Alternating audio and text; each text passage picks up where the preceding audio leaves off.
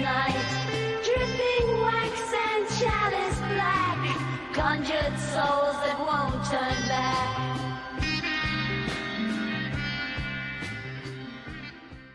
Welcome to the Brethren of the Morning Star. I'm your host, Magister Cankerworm. What follows in this video is, perhaps, the first of a series of readings of satanic fiction. It is my position that one of the ways our many-named God speaks to us is through art, fiction, and poetry. To that end, I wanted to present an audio recording of just such a story, Satan's Daughter, by Hoffmann Price. My hope is that this short story will both entertain and perhaps inspire the listener. Inspire how? I will admit that this short story is not highbrow literature. It's a pulp story and doesn't pretend to be anything else. Nevertheless, I see in Bint el-Harath a metaphor for both Lilith, one's own daemon, and in some ways life itself. She is a grail Morton Reed pursues to his own fulfillment and end. But one cannot drink from the chalice of ecstasy without swallowing life and death in equal measure. Or, as Aleister Crowley once wrote, quote, "This is the secret of the Holy Grail, that is the sacred vessel of Our Lady, the Scarlet Woman, Babylon, the mother of abominations, the bride of chaos, that rideth upon our Lord the Beast. Thou shalt drain out thy blood, that is thy life, into the golden cup of her fornications. Thou shalt mingle thy life with the universal life. Thou shalt keep not back one drop." End quote. But whether there is any hidden depth or not, it is a fun story, and I hope you enjoy. Satan's Daughter by Hoffmann Price. Epigraph. It was Lilith, the wife of Adam. Not a drop of her blood was human, but she was made like a sweet, soft woman. Dante Gabriel Rossetti. When Morton Reed, unaided except for a leather-faced, white-bearded Arab servant, began to dig in an unpromising spot half a dozen miles from Koyunjik, his fellow archaeologists devoted their spare moments to helpful mockery. But they remained to marvel when Reed uncovered a buried city where every tradition claimed there should be nothing of the kind. And inevitably, the big American universities chiseled in on the discovery, which perhaps was no great imposition, as Reed's only resources were his lean, bronzed hands and enthusiasm that gleamed from his deep-set, dark eyes to relieve the grimness of his gaunt, angular face. One man can't excavate an entire city. Standing on the crest of a mound near the now crowded excavations, Reed watched 100 sweating natives dragging a monstrous, winged and human-headed bull from the oblivion of 40 centuries. He smiled ironically, nestled in the crook of his arm a small parcel wrapped in a grimy turban cloth, spat contemptuously, and turned his back on the diggers. "Let them have that rubbish," he muttered, striding toward his shabby tent at the further crest of the mound. "I've got mine." A necromancer is one whose magic art makes the dead speak. An archaeologist is one whose spade uncovers forgotten centuries. Sometimes the distinction between the two becomes dismayingly thin.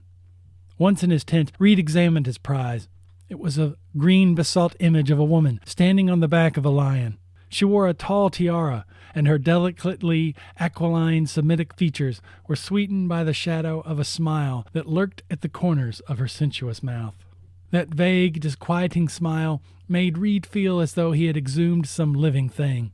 Her body was a suave succession of curves, and about her waist was a broad girdle, from which trailed carved pendants reaching well past her hip. On the foot of the pedestal was a cuneiform inscription, but a wrathful muttering from the rear distracted Reed's pondering on the text. "I betake me to Allah for refuge against Satan," growled old Habib, Reed's Arab servant. He fingered the blue amulet that he had worn suspended about his neck ever since they had begun excavating. Reed recognized the symptoms of superstitious terror. "What's the trouble now?" he brusquely demanded. "Throw the accursed thing away, Sahib," muttered the Arab. "That is the image of Bint el-Harath." That meant literally, daughter of Satan. El-Harath was the name by which the angels called their renegade brother. "Cousin of a jackass," retorted Reed in Arabic. "That is only the lady they used to call Aniatis, a couple of thousand years before Muhammad made the world safe for the one true God." But old Habib muttered and cursed as he collected dry camel dung for the evening's fire. Master and servant ate in silence. Habib was thinking of Bint el Harath, the queen of demons, who rode by moonlight attended by myriads of seductive, night-prowling Lilin, whose whisperings lure solitary travelers into the trackless desert to their doom. Reed was equally perturbed, but for another reason. He would have to guard his treasure day and night, lest the otherwise faithful and devoted Arab destroy it. As soon as he had swallowed the last savory morsel of pilau, Reed stretched his weary length on the thick-napped mossel rug spread on the dirt floor of his tent. He watched Habib descending the slope toward the campfires of the archaeologist's native workmen. From afar came the mutter of a drum and the monotonous reiteration of the old song about what happens to the wandering dervish when he met the Sultan's 40 daughters.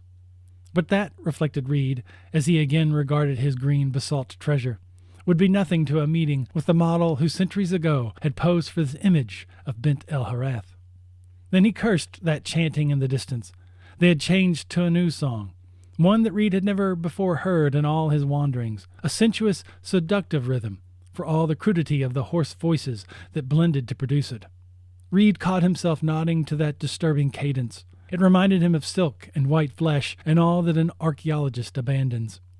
It seemed finally as though something age-old and evil and alluring had begun to whisper to him in the undertones of that barbarous melody.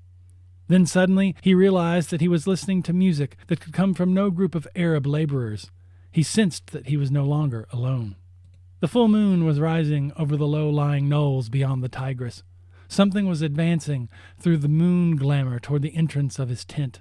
A woman wearing a tall, glistening tiara. Her shapely body was a succession of fluent, rippling curves that smiled through a gown that left him wondering whether its fragile fabric could endure even a breath of evening breeze. A native girl.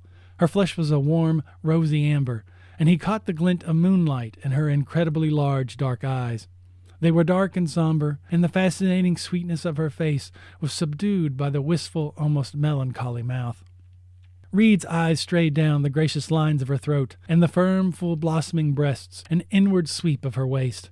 He caught his breath, and for an instant cold thrills overwhelmed the warmth that had surged through his veins.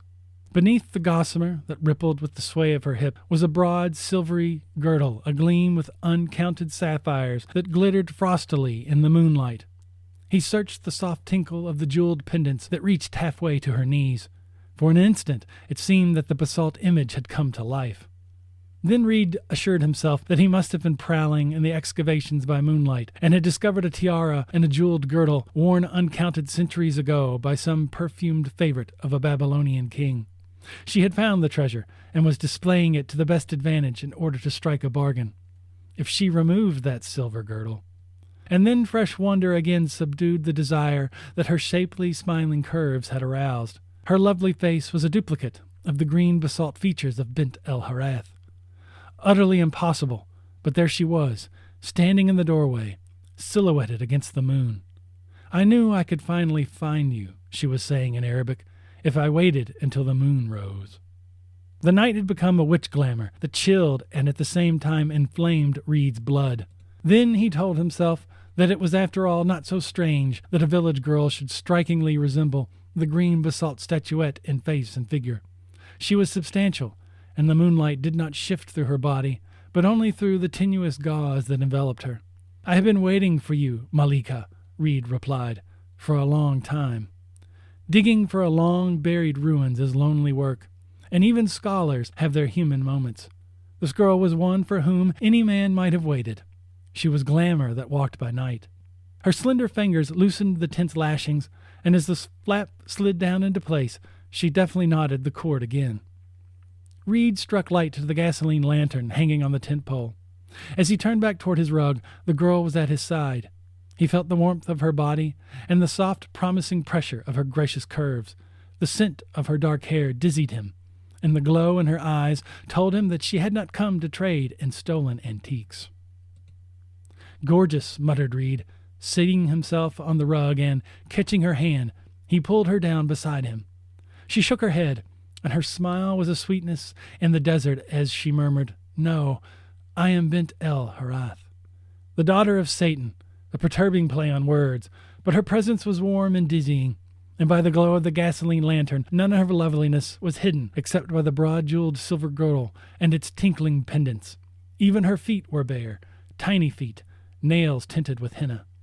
Her arms moved like amber serpents as she set aside her tall silver tiara. Her hair cascaded in shimmering ripples down about her shoulders, hiding her breasts, and reaching toward her silver girdle. The far-off mutter of Arab drums was now drowned by the pounding of Reed's heart. He caught her in his arms, and as he found her lip, his fingers slipped between the scented strands of her streaming hair and caressed the veiled amber curves of her yielding body. Lovely as her shapely form had been to the eye, it was incredibly more wondrous to the touch. Satin, smooth, firm yet yielding, a succession of soft mysteries that sent fire rushing through his veins. Her arms twined about him as her lips surrendered to his caress, at first tentative and quivering, then maddeningly possessive. A strange, endless kiss, such as what the Arab storytellers and the bazaars of Cairo described. More than contact, it was a mutual enlacement and union of lip and tongue. Her ecstatic shudder and the sighing exhalation of breath as she finally drew away goaded Reed to flaming frenzy. But somehow, without ever wholly breaking from his embrace, her lithe body evaded complete surrender. She was eager and glowing, yet evasive. "Not now," she whispered, as his hands vainly clawed the hilly silver girdle about her waist. "Later. This is only a meeting and a promise. Don't try. That girdle is locked on. You can't remove it, not tonight." Reed had heard of jealous husbands and of fathers who applied such devices to keep feminine frailty from going too far in unguarded moments. She sensed his next thought even before he could speak it. "Neither a file nor a locksmith could help us," she whispered. Then, shaking her lovely head and smiling sadly, she added, "A jealous king who once was in love with me. He was old and grizzled and knew that I would outlive him." "Who?" Reed wrathfully cut in. "Naram Sin of Agade," she whispered, pillowing her head on his shoulder. Naram Sin had been dead for more centuries than Reed had years. Then she continued, "If you want me, we will meet in Kurdistan. I am here on stolen time, but later, when the signs of heaven permit, it will be otherwise. Study the inscription on the base of that statuette. Learn the ritual to chant when the planets rise to their appointed places. Then I will materialize from moon glamour and stardust. But think well, Morton Reed, before you summon me in Kurdistan. First look at what remains of my long-forgotten lovers. See what Naram Sin, king of Agade, paid for my kisses." Her voice subsided to a sighing murmur. She was kissing Reed's throat. The maddening touch of her lips suddenly became an excruciating pain. He gasped and thrust her aside. Blood trickled down his chest. Her thirsty lips were redder now. Bint el Harath was more than a play on words. She was a night-wandering female demon. His color receded, but before he could break from her embrace, she caught his hand. "That is the law, and if you are ever to meet me in my house in Kurdistan, if you are ever to unlock the silver girdle," her fingertips indicated the soft curve just below her collarbone. Reed knew what she meant, but he hesitated. "It won't hurt," she whispered, "and the smallest drop will be enough."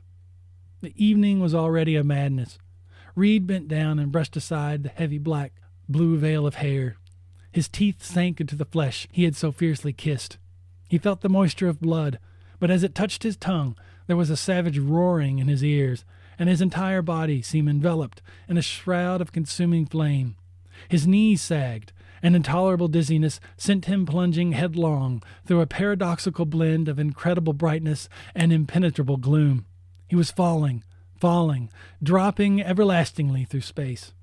When his descent finally ended, he was still conscious, yet immeasurably dazed. His fingers were digging into the nap of a Persian rug. Bit by bit, the blackness faded. He was in his tent, under the white glare of a gasoline lamp. He was alone. His lips tingled, and there was a stinging at the base of his throat. Then he remembered and tentatively touched the bite. His hand came back unstained, but clinging to his finger was a long, wavy strand of blue-black hair, and that seemed to prove that she had been more than moon glamour and desert wizardry. He seized the lantern and bounded to the door of the tent, and when old Habib returned from the camp of the Arab laborers, Reed was still circling the tent, seeking footprints that would indicate the direction she had taken. The search was vain. The old Arab muttered under his breath as he watched. He seemed to realize that his master was seeking something that would not have left any trace. For a long time, Habib eyed the green basalt statue of a woman standing on a line. He sniffed the lingering fragrance in the tent. Bint el-Harath was walking by moonlight. I betake me to Allah for refuge against— "Shut up," snapped Reed, "or you'll be taking refuge from my boot. Tell me about this Bint el-Harath." "She is a peril that walks by night," Habib explained. "She sends fools, begging your honor's pardon, out in the desert to find the key to her silver girdle, and they do not come back. Nevertheless, I am going to find her." "Don't worry, Sahib," was the old Arab's ominous answer. "She will find you, but it is possible that you may yet escape." "Damn it, I don't want to escape. I want to find her." "Patience, Sahib." The old man smiled thinly and stroked his white beard. "They always do. What I meant was there is a way to avoid destruction. Only no Arab has ever been able to use that method." "And what's that?" "It's really very simple." An ironic light burned in Habib's narrowed eyes. "She is insanely jealous. Therefore avoid all other women, and she will not destroy you with her deadly kisses." He sighed, shook his head, and repeated, "But that, of course, is utterly impossible for any Arab." Reed nodded. "Simple enough, after all. Keep your mind on archaeology. A tough contract sometimes, but it could be done." "And now, Sahib," resumed the old Arab, after an interminable silence, "I am going my way. You are the forgotten of Allah." Before Reed could detain him, Habib was stalking out into the darkness. And for the remainder of the night, Reed studied the cuneiform on the pedestal of the statuette. As Bint el-Harath had said, it described a fortress in northern Kurdistan, and the ritual to be chanted when the certain stars rose to the slits that cleft the dome of the turret was simple enough to an archaeologist. Reed finally set out for Kurdistan. His few belongings were packed on a donkey. Into that perilous, bandit-infested region no white man dared venture openly, so he went as a wandering native.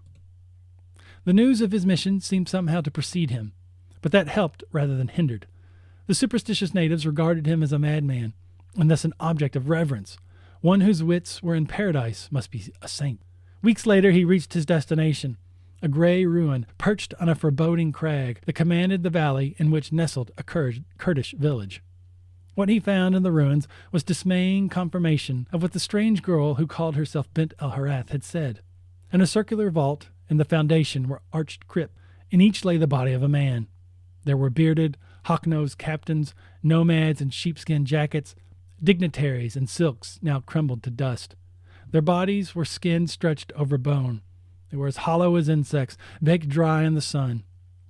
Reed had heard of mummies made by nature, but on the forehead of each was the red imprint of a woman's lip. This was a promise and a warning. The last kiss of Bint el-Harath. But as his first wave of horror subsided, he resolved to stay.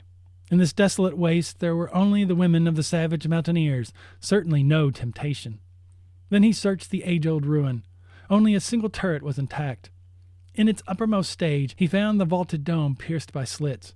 Its circular wall was buttressed by monstrous winged bulls with human heads, bearded and mitred. Placid, sinister guardians of the Kabbalistic circle were outlined in mosaic on the floor, beneath the crown of the dome. The madness of his quest no longer troubled Reed. He had dug too many buried marvels from the earth to doubt that Bint el-Harath would make good her promise, and that single strand of black hair told him that she had been more than illusion. He had long since traded his donkey for provisions. Now he had but a pair of empty saddlebags, and as the sun dipped toward the western hills, Reed descended into the valley to buy food. He strode down among the mud huts of the village. The chattering of the crowd subsided. His story had gone before him, and awed, furtive whispers of the natives told him that since the ruins were haunted by demons, he must indeed be a saint to survive such peril. He shouldered his haversack, now stocked with grain, cheese, and mutton. But before he could turn to ascend the slope, he saw that the Kurds were not as fanatic as he had expected. His supposed madness was an unneeded protection. At the further extremity of the village, a white man sat cross-legged at the door of a mud hut. In front of him was an array of bottles and bandages. Filing toward him was a line of natives, men, women, and children. a missionary doctor, dispensing iodine, pills, and religion. At his side, handing him instruments and antiseptics, was a girl with copper-colored hair and skin like Jersey cream. Reed, despite his better judgment, joined the throng of ailing natives. The red-haired girl's young, heart-stirring loveliness reminded him of the years since he had seen a white woman. She must be the ruddy-faced, gray-bearded doctor's daughter. He crowded closer, trying to catch her voice above the guttural Kurdish chatter and babbling. The simple severity of her unadorned, faded blouse and sturdy tweed skirt could not mask the gracious loveliness of her figure. Her mouth was sweet and generous, and her slender arms were made to close about a lover's neck. And despite his recollections of Bint el Harath, Reed's hungry glance strayed toward the shadowed hollow between her pert breasts as she stooped to unwind a bandage from a grimy ankle. Then, straightening up to get a roll of fresh lint, she caught Reed's trenchant gaze. She returned his steadfast regard. The ghost of a smile for an instant brightened lips shaped to murmur endearments between kisses exchanged by moonlight. Then she remembered that bronzed, bearded man with the haversack on his shoulder was another tribesman. She hastily turned toward the tray of instruments, but not before Reed noted the flush that crept from her cheeks down the whiteness of her throat. Warm and human and sweetly curved, Reed's teeth gritted, and he resolutely turned. Bint el Harath was a night-wandering witchery, guarded by a silver girdle, and this red-haired girl was only a woman. Yet he was trembling from head to foot, and his brain was a reeling confusion as he pictured those warm roundnesses that could be cupped in his hands. That is, if he went back and revealed himself as a scholar and a white man. As Reed reached the fringe of the village, he caught a glint of steel in the shadows of a ravine that opened into the valley. There was a yell, abruptly checked. A file of horsemen came charging from cover, a bandit raid. It was none of Reed's business. He had paid for his supplies. He could reach the ruins during the confusion of the attack. But he knew what would happen to the red-haired girl. Flinging aside his haversack, he ran down the street shouting a warning. The traders bounded from their booths. Muzzle-loading rifles, repeaters, and curved swords blossomed from every mud hut. But before the defense could be organized, the raiders had closed in. A second detachment followed, and a third. The warning had only postponed the end. A man dropped at Reed's side. He snatched the Kurd's rifle and poured lead into the wave of advancing horsemen. The gun jammed. Clubbing it, Reed beat his way through the milling throng. The red-haired girl was somewhere at its further edge. A bearded tribesman, charging on horse through a huddle of screeching women, wheeled as he saw Reed. His dripping blade rose. Reed parried the scimitar cut, felt the glancing steel rake his shoulder, but he carried through, smashing home with his clubbed gun. The enemy ducked, but the rifle butt, driving through, crashed across the horse's head. The beast reared, unseating its rider, and before the raider could regain his feet, Reed closed in. Kicking, jabbing, and grappling, they wallowed in the red street. Horse and foot charged over them, but Reed kept his hold of that corded throat. And as the enemy's dagger hacked and slashed him, he smashed the raider's head against a boulder. Reed regained his feet. He had won a sword. The village was now a howling butchery. Crackling flames were gutting the woodwork of the traders' booths. The shouts of the raiders and the shrieks of the surviving villagers drowned the voice that Reed still hoped to hear. He plunged headlong into the tangle, hacking right and left with his curved blade. He saw the red-haired girl huddled in a narrow passageway between two houses. Her garments had been torn to shreds, and her flesh was raked and bruised. She was scrambling to her feet, still clutching the short dagger that had cut down a bandit. But before she could get clear of her dead captor, another raider saw her and closed in. Reed plowed into the nightmare of murder. His reckless wrath and the confusion gave him his chance. He was hacked and battered and bleeding, but he made it, and in time to catch the bandit before he could whirl. The raider pitched forward in a gory huddle. Shorn from shoulder to hip, Reed jerked the girl to her feet. "Head for the ruin on the cliff," he shouted. He paused to pick up an abandoned rifle and a bandolier of cartridges. Once their path was blocked by a pair of looters, but before they could recognize Reed as an enemy, they dropped an avengeful mill of steel. The archaeologist and his companion were now in the clear, but before they were beyond the red glow of the burning market stalls, half a dozen bandits saw the girl's red hair and almost bare body and took up the pursuit. Reed knelt, snapped the rifle into line. 3 shots, wild, hasty shots, but 2 of them pitched to the ground like bags of grain. The survivors broke for cover. Reed followed the redhead. Not a word as they clambered up the precipitous ascent. They needed their breath for escape. Finally, as Reed half-dragged his exhausted companion into the deepening blackness of the ruin, he said, "The moon will soon rise, and I can pick them off as they come up the slope." He struck light and dipped some water from a green-scummed, rain-fed cistern, but before he could wash the smoke and grime and blood from his slashed body, the red-haired girl interposed. "Let me help you. Thanks, I'm all right. Only a few scratches. But who are you? I couldn't believe it when I heard you speak English." He ignored the question. "Sorry about your father," he commiserated as she bandaged his superficial wounds. "But when this riot quiets down, I'll get you a native escort to Kirkuk or somewhere." Her dark eyes widened. Then she said, "That was my uncle. I'm an orphan, and when he came to Kurdistan, I accompanied him. So, well, I've really no place to go." She rearranged the tattered remnants of her dress, but there was no concealing the tempting roundness of her breasts and the fine gracious curves that swelled upward to meet the scraps of a skirt that now only reached halfway to her knees.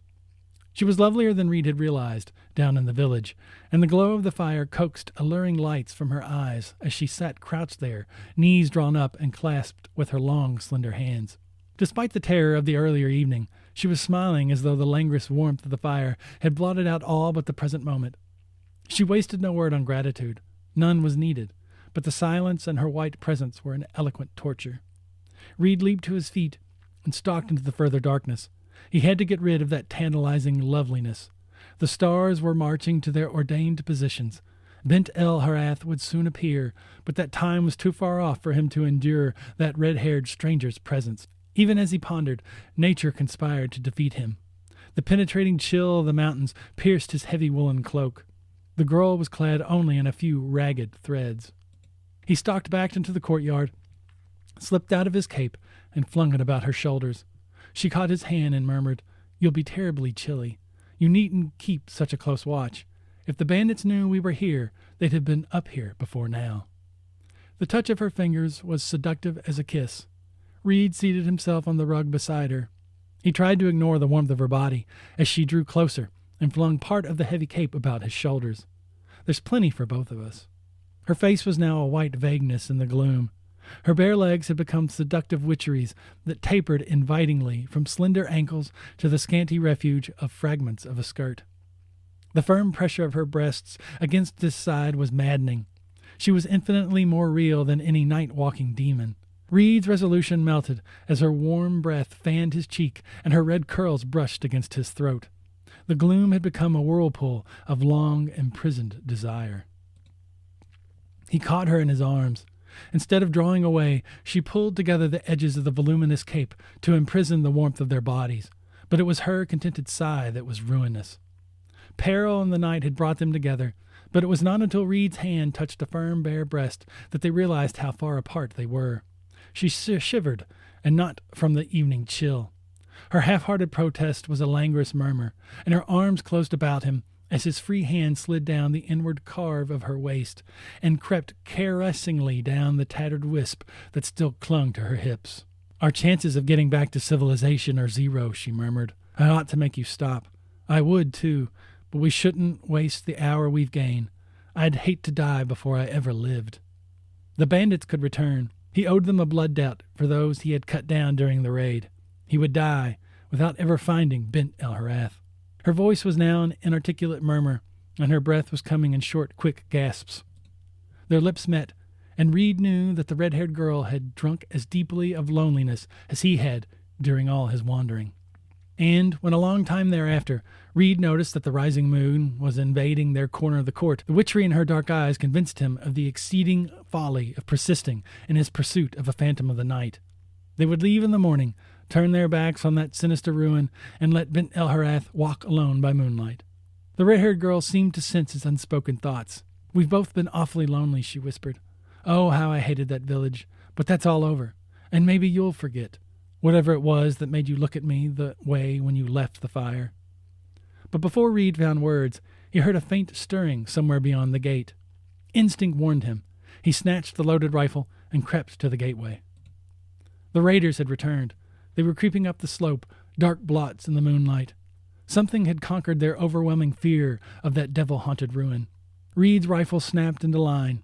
Crackling blast, the savage whine of the bullet that ricocheted from a rock down the slope. Moonlight was deceptive. He had wasted a precious cartridge. "Run for the tower," he shouted as he slammed the bolt home. "I'll hold him." There was no answering fire, no sound, only those dark, creeping blotches that relentlessly advanced, slipping from cover to cover, tempting him to waste his ammunition until they could close in. He fired in desperation, but the derisive whine of wild bullets mocked him. His rifle was now empty. The bandolier of cartridges was by the fire. As he turned to retreat, a dozen gaunt Kurds popped up from concealment to charge up the slope. Reed bounded toward the baggage lying near the embers, but before he could seize the bandolier, he heard the red-haired girl's voice. She was vainly struggling with the massive door that led to the turret. "I can't open it."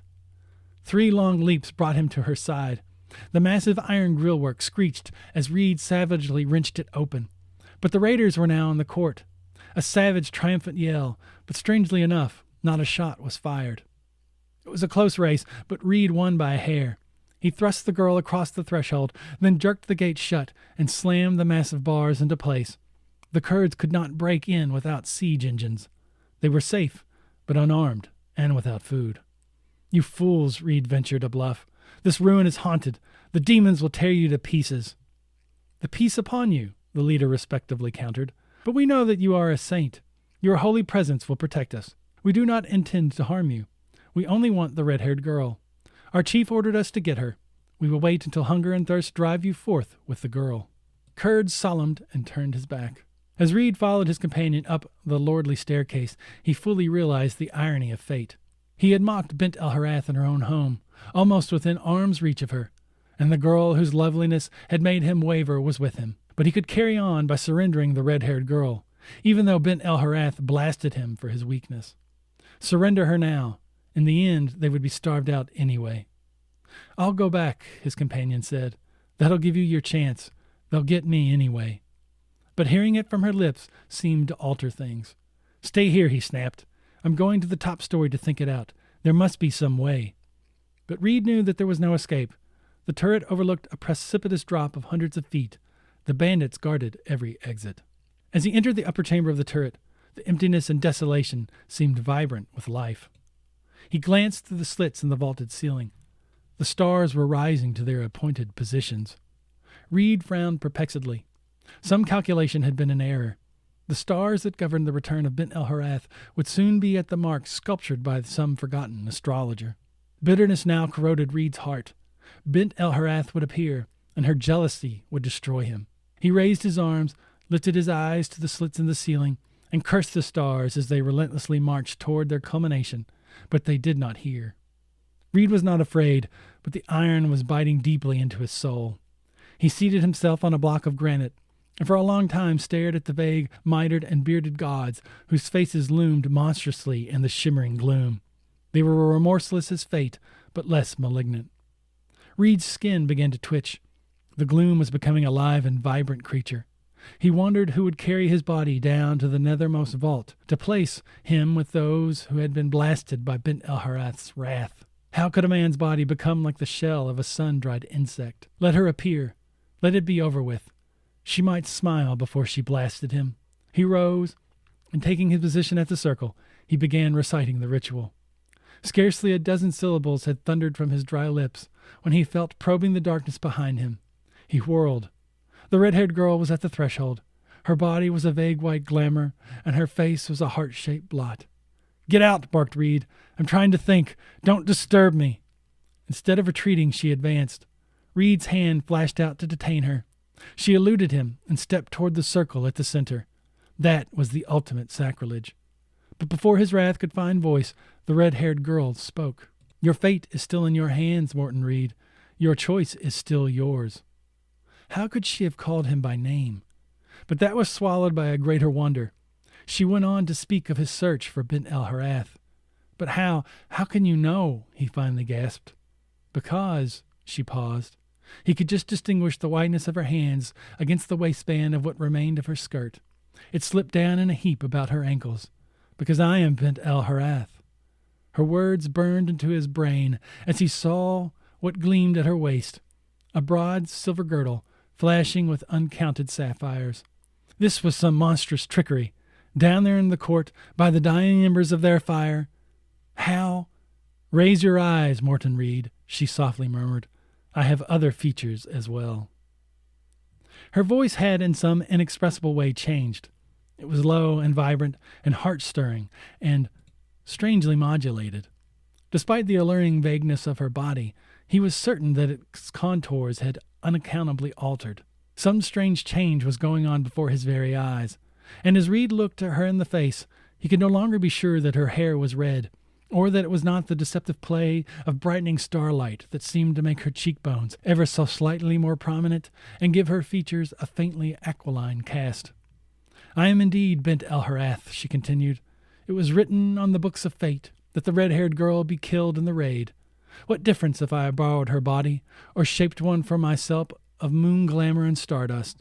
I have already reshaped her to the form you desired." Then, down there, in the court, Bint el-Harath smiled. That was still her body, and some of her lingering personality. "Then you're not jealous?" She shook her head. "Old Habib gave you a garbled tradition.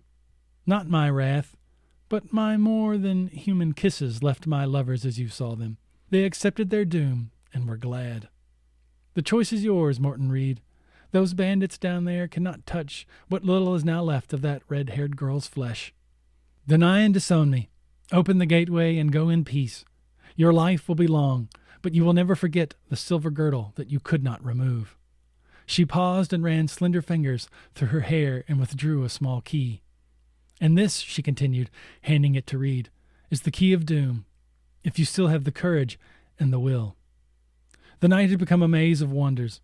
Reed saw that Bint el-Harath had blossomed in the light of stars risen to their culmination. Then for a moment he pictured those desiccated bodies ranged in the crypts below.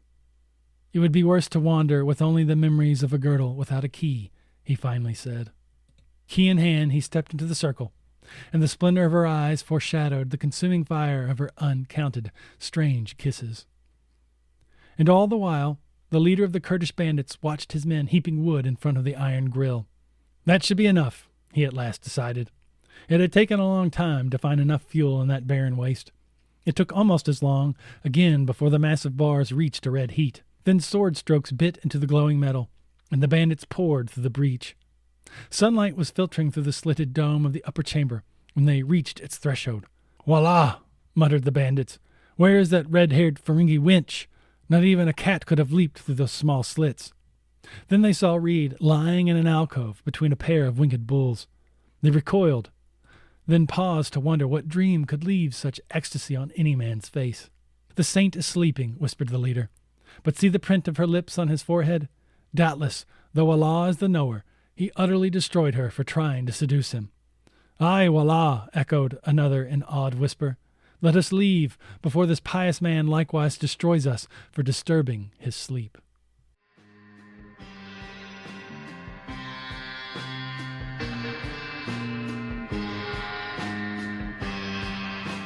Ancient sigils in the ground, whispered chants of